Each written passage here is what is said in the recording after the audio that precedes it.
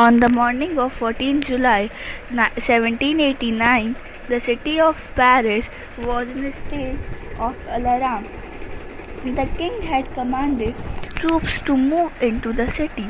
Rumors spread that he would soon order army to open fire upon the citizens. Some 7,000 men and women gathered in front of town hall and decided to form a people militia. They broke into a number of government buildings in search of arms. Finally, a group of several hundred people marched towards the eastern part of the city and stormed the fortress prison, the Bastille, where they hoped to find hoarded ammunition. In the armed fight that followed, the commander of the Bastille was killed and prisoners released, though there were only 7 of them. Yet, the Bastille was hated by all because it stood for the despotic power of the king. The fortress was demolished and its stone fragments were sold in the market to all those who wished to keep a souvenir of its destruction. The day that followed saw more rioting in both Paris and the countryside. Most people were protesting against the high price of bread. Much later, when horizons look back upon this time, they saw it as the beginning of a chain of events that ultimately led to the execution of the king in France, though most people at that time did not anticipate this outcome. And to know how and why did this happen, we need to go back in time. In 1774, Louis XVI of Bourbon dynasty has ascended the throne of France. He was 20 years old and married Austrian Princess Marie Antoinette. Under Louis XVI, France helped 13 American colonies to gain independence from common enemy Britain.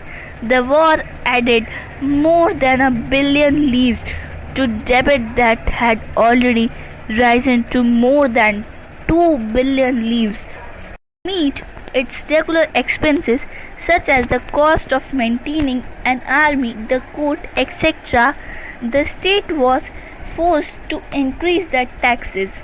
The French society was divided into 3 estates. Only third estate, which consists of big businessmen, peasants, small servants, etc., had to pay taxes. First and second estate, which consist of clergy and nobility, enjoy certain privileges by birth. Despite of them having lot of money, they didn't have to pay taxes. This system was also known as the term old regime. The population of France increased from 23 million in 1750 to 28 million in 1789. This led to rapid increase in demand for food grains. Production of grains could not keep pace with the demand, so the price of bread was staple diet of majority rose rapidly. Most workers were employed as laborers in workshops whose owners fixed their wages, but wages did not keep pace with rise in price. So the gap between poor and richer widened. Things became worse whenever drought or hail reduced the harvest. This led to subsistence crisis, something that occurred frequently in France during the old regime. Peasants and workers have already participated in revolts against increasing taxes and food scarcity many times, but they lacked the knowledge about a change in the social and economic order. So this was left to those groups within the third estate who had become prosperous and had access to education and new ideas. In addition to merchants and manufacturers, there were educated people like lawyers and administrative officials. They used to believe that no group in society should be privileged by birth. These ideas, envisaging a society based on freedom and equal laws, as well as opportunities for all, were put forward by philosophers such as John Locke and Jean-Jacques Rousseau. In his 2 treatises of government, Locke sought to refuse the doctrine of divine and absolute right of the monarch.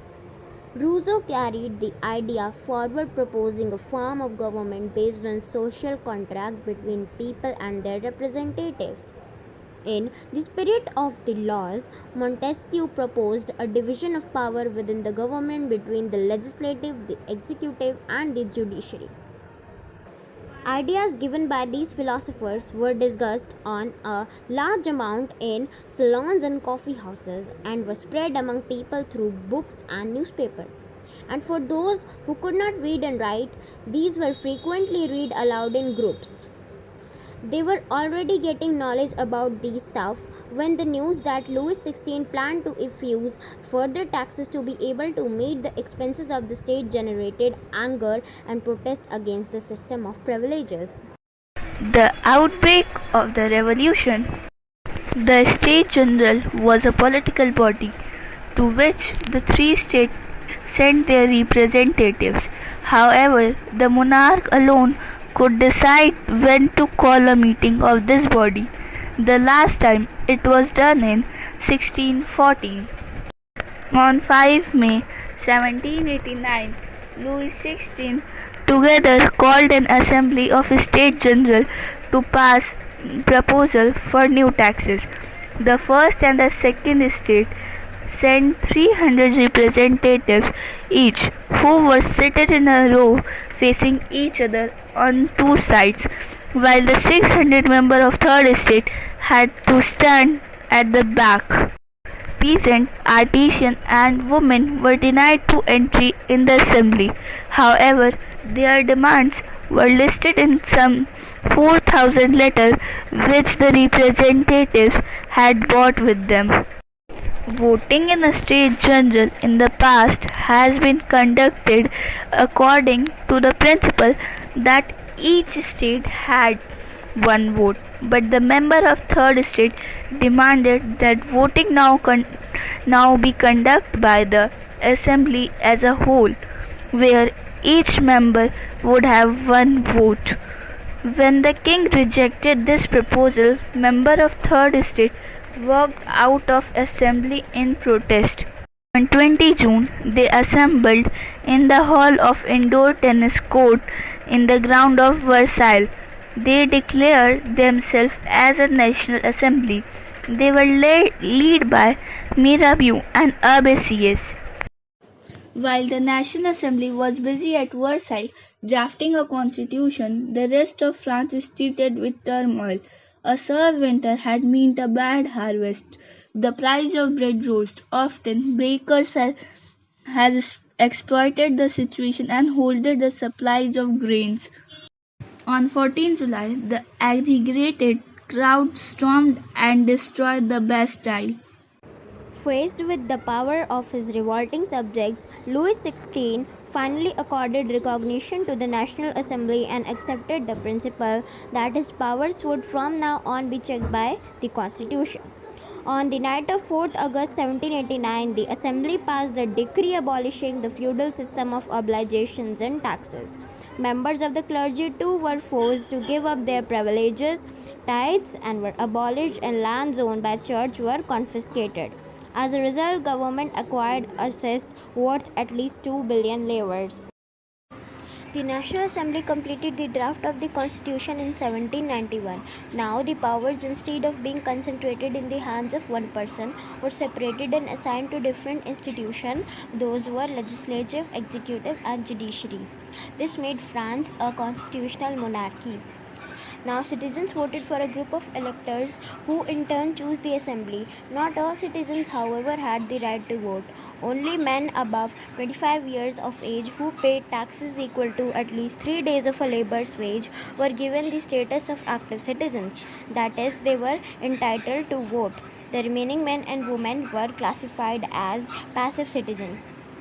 The Constitution began with the declaration of the right of man and citizen, rights such as the right to life, freedom of speech, and freedom of opinion and equality before law. Reading the political symbols. The majority of men and women in 18th century could not read or write, so image and symbol were frequently used instead of printing words to communicate important ideas. The broken chains. Chains were used to filter slaves. A broken chain stands for the act of becoming free. The bundle of rods. One rod can easily be broken, but not entire bundle. Strength lies in unity. The eye with a triangle radiating light. The all-seeing eye stands for knowledge. The ray of sun will drive away the cloud of ignorance. Spectre, the symbol of royal power. Snake biting its tail to form a ring, symbol of eternity. A ring has neither beginning nor ending. Red Phrygian cap worn by slaves upon becoming free. Blue, white, red, the national color of France. Wing, the winged woman, personification of law. The law tablet. The law is the same for all, and all equal before it. The situation in France continued to be tense during the following years. Although Louis XVI had signed the constitution, he entered into secret negotiations with King of Prussia. The National Assembly voted in April 1792 to declare war against Prussia and Austria. The Revolutionary Wars brought losses and economic difficulties to the people. Political clubs became an important rallying point for people who wished to discuss government policies and plan their own form of action, and the most successful of these clubs was that of Jacobins. The members of Jacobin Club belonged mainly to the less prosperous section of the society, and their leader was Maximilien Robespierre. These Jacobins came to be known as the Sans-Culottes, literally meaning those without knee breeches. Sans-Culottes men wore in addition the red cap that symbolized liberty. In the summer of 1792, the Jacobins planned an insurrection of the large number of Parisians who were angered by the short supplies and high prices of food, and on the morning of August 10, they stormed the palace of Tuileries, massacred the king's guards, and held the king himself as hostage for several hours.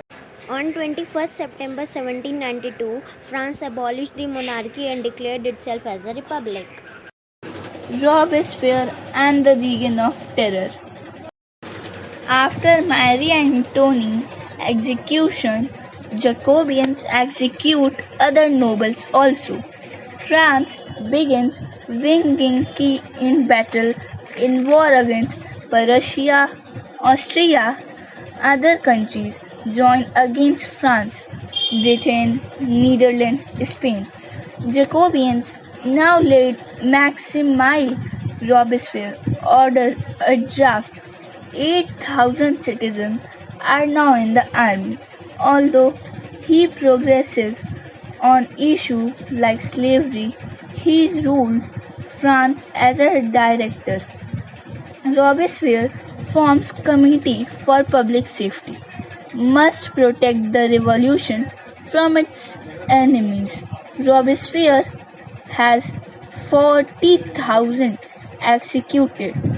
85% were from the third estate. Robespierre's rule is reign of terror.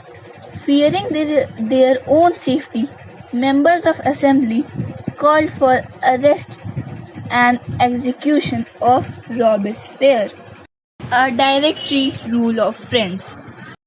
The fall of Jacobean government allowed the wealthier middle class to seize power. A new constitution was introduced which denied the vote non-property section of society. It provided two elected legislative council. These then appoint a directory and executive made up of 5 members. This was meant as a safeguard against the concentration of power in one man. Executive as under the Jacobean. However, the direction often clashed with the Legislative Council, who then sought to dismiss them. The political instability of Directory paved the way for the rise of a military director, Napoleon Bonaparte. Did women have a revolution? From the very beginning, women were active participants in the events which brought so many changes in the French society. Most of the women of the Third Estate had to work for a living. Their wages were lower than those of men. They demanded equal pay for equal work.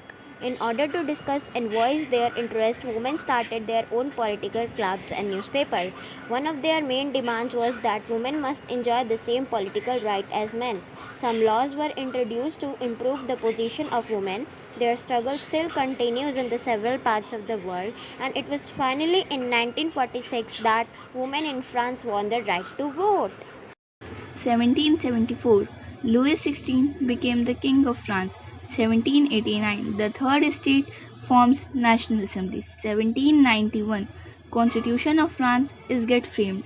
1792 to 1793 is known as the period of Reign of Terror. 1804, Napoleon declared himself as Emperor of France. In 1815, Napoleon defeated at Waterloo. Thank you.